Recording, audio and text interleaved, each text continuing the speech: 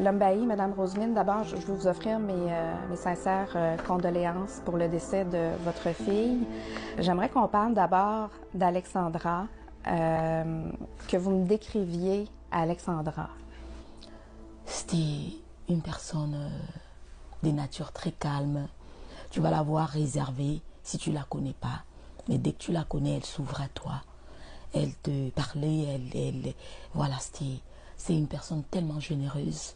C'était, en fait, comme je veux dire, une belle âme. C'est pas parce que c'est moi qui l'ai accouchée. C'était une petite qui avait du cœur. Pourquoi le Canada? Pourquoi elle a choisi de venir étudier ici, à Trois-Rivières même? Les choix du Canada étaient à Alexandra elle-même. C'était pour elle comme un rêve. Elle rêvait du Canada. Si vous voyez dans la suite, dans ses carnets personnels, c'est qu'elle écrivait ce que je vais acheter une maison au Canada, je vais acheter une voiture au Canada, je vais apprendre à conduire, je vais avoir mon permis de conduire, je vais acheter ma voiture de la couleur noire ou blanche.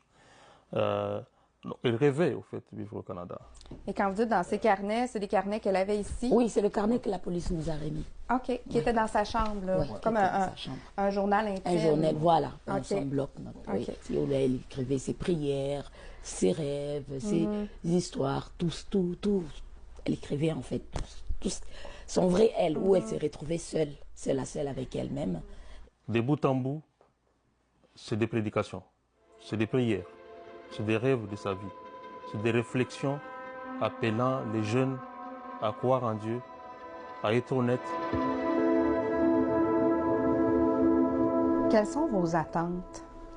En priorité, et par-dessus tout, c'est élucider les circonstances dans lesquelles notre enfant a trouvé la mort. Ça passe par-dessus tout. Élucider ces circonstances tout en respectant les règles, c'est-à-dire par la voie de la justice. Pour nous, il faut qu'on rende la justice pour Alexandra. Pour cet objectif-là, on est prêt à tout laisser pour que ça s'accomplisse. Ça veut dire quoi, tout laisser pour vous? Tout laisser, c'est-à-dire s'il faut abandonner nos activités, s'il faut aller frapper toutes les portes, s'il faut pousser plus loin les enquêtes, s'il faut intervenir sur le plan de droit, on le fera. On n'est pas en train de fustiger la police canadienne. Non. Dans les circonstances actuelles, la police est notre allié, notre partenaire.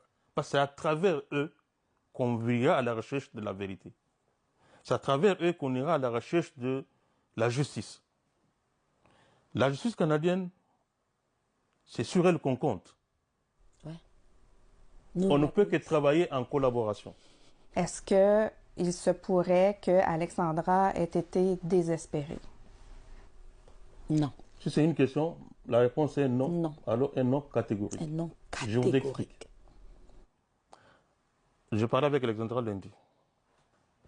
Lundi. C'est le mercredi où on n'a pas eu ces nouvelles. De quoi avons-nous parlé le lundi? C'était une conversation d'espoir. C'était une conversation d'une personne qui commençait à s'accomplir. C'est papa, j'ai eu mon job étudiant, je suis très heureuse. Je vais prendre la relève. C'est moi qui prendrai soin de toi quand tu vas veiller. Tu nous verras. Quelqu'un qui est Quelqu'un qui se projette qui dans peut l'avenir, partir, qui voit son avenir rose. ne peut pas. Il ne peut pas être désespéré. Eh, papa, je vais marcher sur tes pas. D'ailleurs, le boulot que j'ai trouvé dans la société de télécommunications, comme toi, donc tu vois que je suis en train de suivre tes... On voit tout de suite dans tous les échanges que c'était de l'espoir. C'était de l'accomplissement. C'était la réalisation de ses rêves qui commençait à se réaliser et elle était pleine d'espoir et d'espérance. On ne peut pas aujourd'hui, en tout cas pour rien au monde, nous convaincre que elle était désespérée, elle s'est suicidée ou elle a voulu s'éloigner de la famille et un accident l'a rencontrée. Non. Cette hypothèse-là n'est même pas envisagée. Sauf si quelqu'un détient des éléments contraires et peut nous les montrer.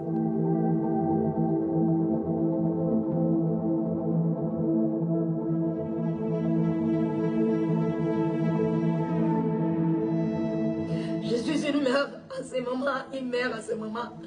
Tellement triste. Mais Alex, j'aimerais te dire, ma fille, reste forte. Ce qu'on constate sur TikTok avec tous ceux qui ont repris l'histoire d'Alexandra, qui ont répondu à votre cri du cœur dès le départ, là, c'était dur, c'était saisissant. C'est quoi votre perception de cet univers-là en ce moment là, qui est créé? Il y a un côté positif des choses. Ces réseaux sociaux nous ont aidés à vulgariser la recherche lors de la disparition de l'enfant. Oui, oui, oui. Ils ont été d'un apport très, très important. Très, très important. Oui. Il y a eu un élan de solidarité énorme, immense, qui a sensibilisé la planète entière sur la disparition d'Alexandra. Tout ce qui se dit de mal, ça ne m'atteint pas. Parce que j'ai déjà une douleur qui est comme si ça a mis une barrière, un mur dans mon cœur. Mais ceux qui m'envoient de l'amour, ça m'atteint directement. Directement, voilà, directement. Et je suis avec eux. Et comme on dit, on veut la justice pour notre fille, mais dans la justice dans la justice. Pas la justice dans l'injustice. Parce que nous ne sommes pas de sauvages. Nous ne sommes vraiment pas du tout de sauvages. Tout ce qui peut se faire pour notre petite Alexandra, nous aimerions réellement que ça se passe, voilà. Pour sa mémoire. Pour sa mémoire, c'est important parce que c'était déjà quelqu'un qui n'était pas voilà, malhonnête. Mais tout ce qu'on veut, c'est que la justice soit faite pour Alexandra. Que la justice soit faite.